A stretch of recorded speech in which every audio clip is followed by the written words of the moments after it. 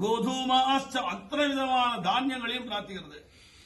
கல்யாணம் ஆயிடுத்தேன்னு குழந்தையில கவலைப்பட வேண்டாம். கர்ப்பாஷ்டமே வத்சாஷ்டமே இந்த ருத்ரத்தையும் சமகத்தையும் கேட்டாலே அவளுக்கு வேற பிராயச்சித்தமே தேவை கிடையாது.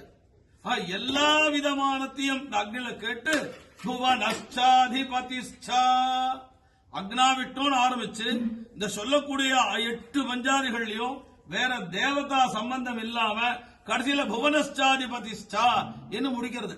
இந்த வேதங்களை யாகங்கள்லாம் பண்றவன் அவனுக்கு என்ன வேணும் வேதம் கேட்கறது. ஆசா அஸ்தேயன் யஜமானோசௌ ஆயுராசா அஸ்தே முதல்ல ஆயுச குடுன்னு வேண்டிக்கிறது. சந்தேகம் வருது பூர்வாச்சாரியாளுக்கு. பாப்பி சதாயுசுன்னு ஒருத்தனுக்கு ஆயுச கொடுத்துட்டு அவன் துந்துகாரி மாதிரி இருந்தான்னா அவனுக்கு ஆயுச கொடுத்து என்ன பிரயோஜனம்?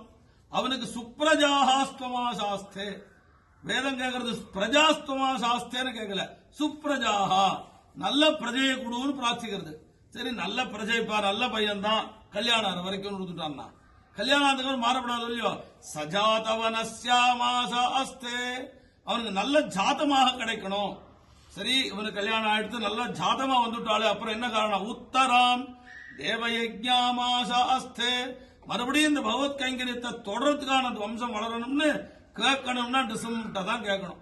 என்ன காரணம்னா சீனிவாச பெருமாள்கிட்டையும் கேட்கலாம், அவர் கொடுப்பார். ஆனா அவருக்கு பாதி திருப்பி கொடுக்கணும். ஒண்ணுமே கொடுக்காத அனுகிரகம் மாத்திரம் பண்றதுன்னா சிங்க பெருமாள் தான். அது மாத்திரமில்ல மகாலட்சுமி பக்கத்துல இருந்துட்டு அனுகிரகம் பண்றதுக்காகவே இருக்கக்கூடியதான தேவத்தை லட்சுமி நிருசிம்மன். அந்த நிருசிம்மன் பிரதோஷ காலத்துல அவதாரம் பண்ணபடினாலையும் சத்தியம் விதாத்தும் நிச்ச பிருத்திய பாஷித்தம். சத்தியம் விதாத்தும்னா தான் ஒண்ணு சத்தியம் பண்ணி கொடுத்துள்ள பிரம்மதேவன் சத்தியம் பண்ணி கொடுத்தான். அந்த பிரம்மதேவன் சத்தியம் பண்ணி கொடுத்த சத்தியத்தை தான் நிரூபணம் பண்றான். சத்தியம் விதாத்தும் நிச்ச பிருத்திய பாஷித்தும்னு அவன் அந்த பிரம்மதேவன் இவனுக்கு எதாலையும் மரணம் கூடாதுன்னு கேட்டுட்டான் இல்லையா.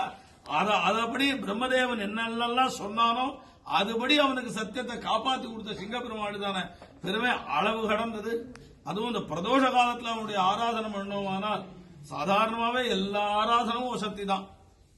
ஆனா இந்த பிரதோஷ காலத்துல முக்கியம் என்னன்னா டிசம்பருக்கு சிவபெருமான் ஆராதனை பண்ற இந்த ஸ்தோத்திரங்கள்லாம் பிரதோஷ காலத்துல சிவபெருமானே தான் அனுகிரகம் பண்றார் இந்த ஸ்லோகத்தை. ஆனா டிசம்பரை எல்லாரும் ஆராதனை பண்றா.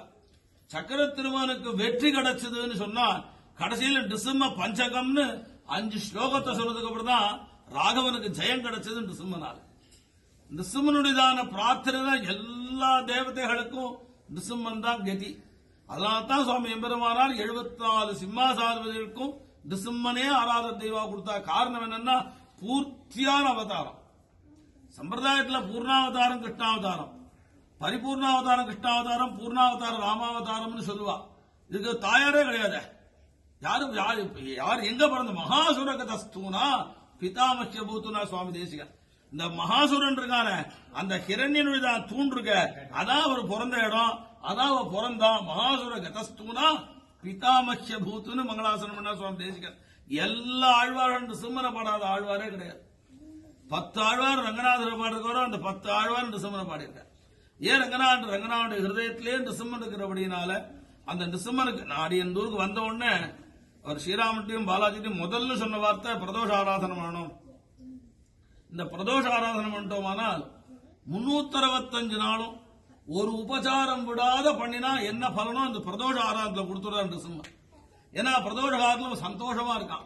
என்ன சந்தோஷம்னா பக்தனை ரட்சிச்சோமே சந்தோஷம், ஹிரண்ய சம்ஹாரம் பண்ணோமே சந்தோஷம் கிடையாது.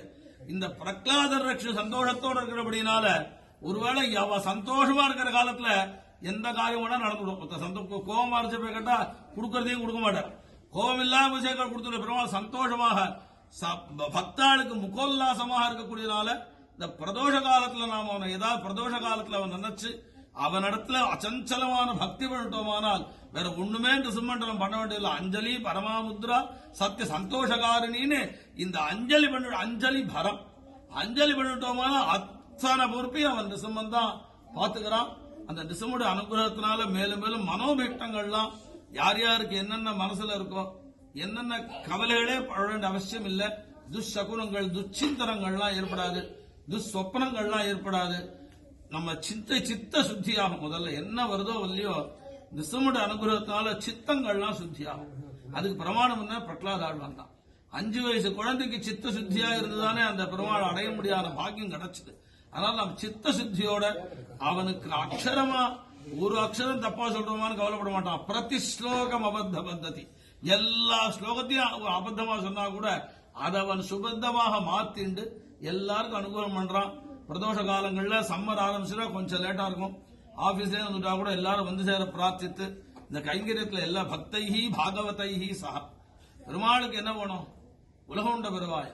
அவனுக்கு நாம் தலைமைஷேப் பண்ணி ஆறுதுன்னு நினைக்கிறதா? நினைக்க முடியாது. பெருமாளிடத்துல எப்படி நம்முடைய குழந்தைகளை எப்படி உபச்சாரம் எல்லாம் பண்றோமோ, ஒரு பெரிய மனுஷன் வந்துட்டா அந்த பெரிய மனுஷனுக்கு எப்படி எல்லாம் உபச்சாரம் பண்றோமோ அந்த உபச்சாரங்கள்லாம் பண்ணணும். அவனுக்கு